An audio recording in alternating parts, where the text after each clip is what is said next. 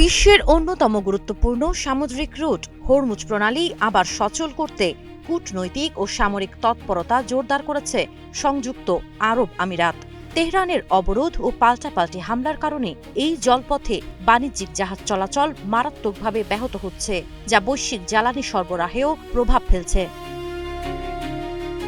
এই পরিস্থিতিতে আমিরাত মিত্র দেশগুলোর ওপর চাপ সৃষ্টি করছে একটি বহুজাতিক নৌ টাস্ক ফোর্স গঠনের জন্য। তাদের মূল লক্ষ্য এই গুরুত্বপূর্ণ রুটে জাহাজ চলাচলের নিরাপত্তা নিশ্চিত করা।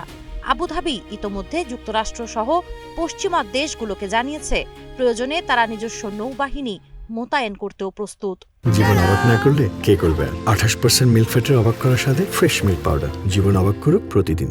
বিশেষজ্ঞরা বলছেন, ইরান এবং ইসরায়েল যুক্তরাষ্ট্রের সংঘাত এখন সরাসরি উপসাগরীয় দেশগুলোর ওপর প্রভাব ফেলছে। সম্ভাব্য হামলার ঝুঁকি বাড়ায় আমিরাত তাদের অবস্থান আরও কঠোর করেছে।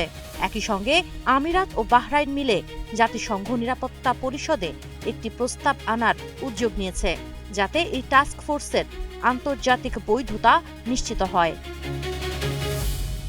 তবে এই প্রস্তাব বাস্তবায়নে বাধা হয়ে দাঁড়াতে পারে রাশিয়া ও চীন।